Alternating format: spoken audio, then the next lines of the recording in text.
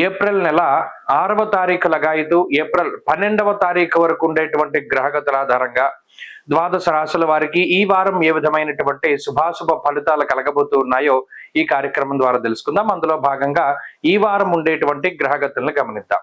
ఈ వారంలో కన్యా రాశి వారికి ఈ వారం మిశ్రమమైనటువంటి గ్రహస్థితి గోచరిస్తూ ఉన్నది. ప్రత్యేకించి సప్తమ స్థానమందు రవిగ్రహం గాని, సప్తమ శనేశ్వరుడు, సప్తమ రాహు ఈ మూడు కూడా ప్రభావితం చెందించేటువంటి గ్రహాలు. సప్తమంలో శుక్రబుధుల యొక్క యుతి, లాభస్థాన స్థిత కుజుడు, భాగ్యగురుడు, దశమ చంద్రుడు.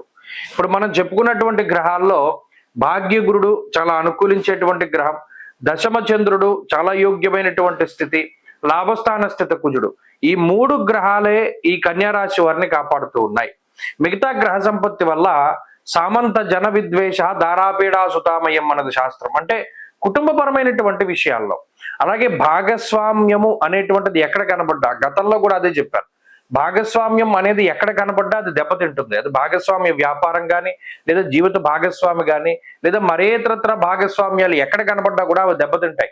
ఇంత విచిత్రం ఏంటంటే ప్రతిరోజు ఇద్దరు కలిసి వాకింగ్ వెళ్తూ ఉన్నారనుకోండి, పక్కవాడు మానేస్తాడు, ఒకడు వెళ్ళవలసినటువంటి పరిస్థితులు, అంత ఇంపాక్ట్ చూపిస్తుంది.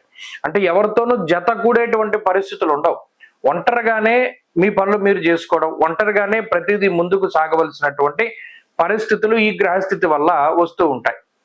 అలాగే కొంత సౌఖ్యము తక్కువగా ఉంటుంది. అంటే ఏంటి, ఏదైనా సుఖపడ్డం అనేటువంటిది ఉండదు. ప్రత్యేకించి ఏదైనా గతంలో మనం ఏదైనా ట్రావెల్ చేసేటప్పుడు అప్పుడు కొంచెం జర్నీ అంతా ప్రశాంతంగా ఉంటే ఇప్పుడు అంత లగ్జరీ ఉండదు, కష్టపడి ప్రయాణం చేయవలసింది ఉంటుంది. అంటే ఇది వరకు ఉదాహరణకి ఏ సూపర్ లగ్జరీ బస్ ఎక్కారు, లేదా ట్రైన్ ఎక్కారు, ఫ్లైట్ ఎక్కారు అనుకోండి, ఇప్పుడు ఆర్డినరీగా ఆటో మీద వెళ్ళవలసినటువంటి పరిస్థితులు ఉంటాయి. ఎప్పుడూ బస్సుల్లో ప్రయాణం చేయనటువంటి వారిని కూడా ఈ గ్రహస్థితి బస్సులు ఎక్కేలా చేస్తుంది. అంటే అంతా శరీరాన్ని కష్టపట్టేటువంటి విధంగా ఉంటుంది. అయితే ఇక్కడ ఆర్థిక పరిస్థితులు బాగున్నాయి. లాభస్థాన స్థిత కుజుడు చాలా అనుకూలమైనటువంటి ఫలితాలను ఇస్తారు. అలాగే ఇందాక చెప్పుకున్నట్టు దశమస్థో యథా చంద్ర యత్ర కార్యార్థ సాధనం అన్నది శాస్త్రం. ఇక్కడ ప్రత్యేకించి మంగళవారము, బుధవారాల్లో ఏ పని ఈ రాశి వారు ప్రారంభించినా అది దిగ్విజయంగా ముందుకు సాగుతుంది. ఈ విషయాన్ని దృష్టిలో పెట్టుకోవాలి. అలాగే కన్యా రాశికి సంబంధించి వృత్తి ఉద్యోగాల స్థితిలు బాగున్నాయి. అలాగే ఈ రాశి వారిలో విదేశీయానానికి సంబంధించినటువంటి విషయాలు చాలా బాగున్నాయి. విదేశాల్లో స్థిరపడ్డటువంటి కన్యా రాశి వారికి ఉండేటువంటి సమస్యలు తగ్గుముఖం పట్టడానికి అవకాశం ఉంటుంది.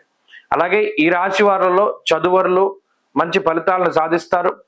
ఈ రాశి వారు మరింత అనుకూలమైనటువంటి ఫలితాలని సాధించడానికై ఎక్కువగా అమ్మవారి యొక్క ఆరాధన చేస్తూ ఉండడం చెప్పదగినటువంటి సూచన. లలితాదేవి యొక్క ఆరాధన మంచి ఫలితాన్ని ఇస్తుంది. ఈ రాశి వారు ఈ వారంలో అనుకూలమైనటువంటి రోజులుగా మంగళవారాన్ని చెప్పవచ్చును.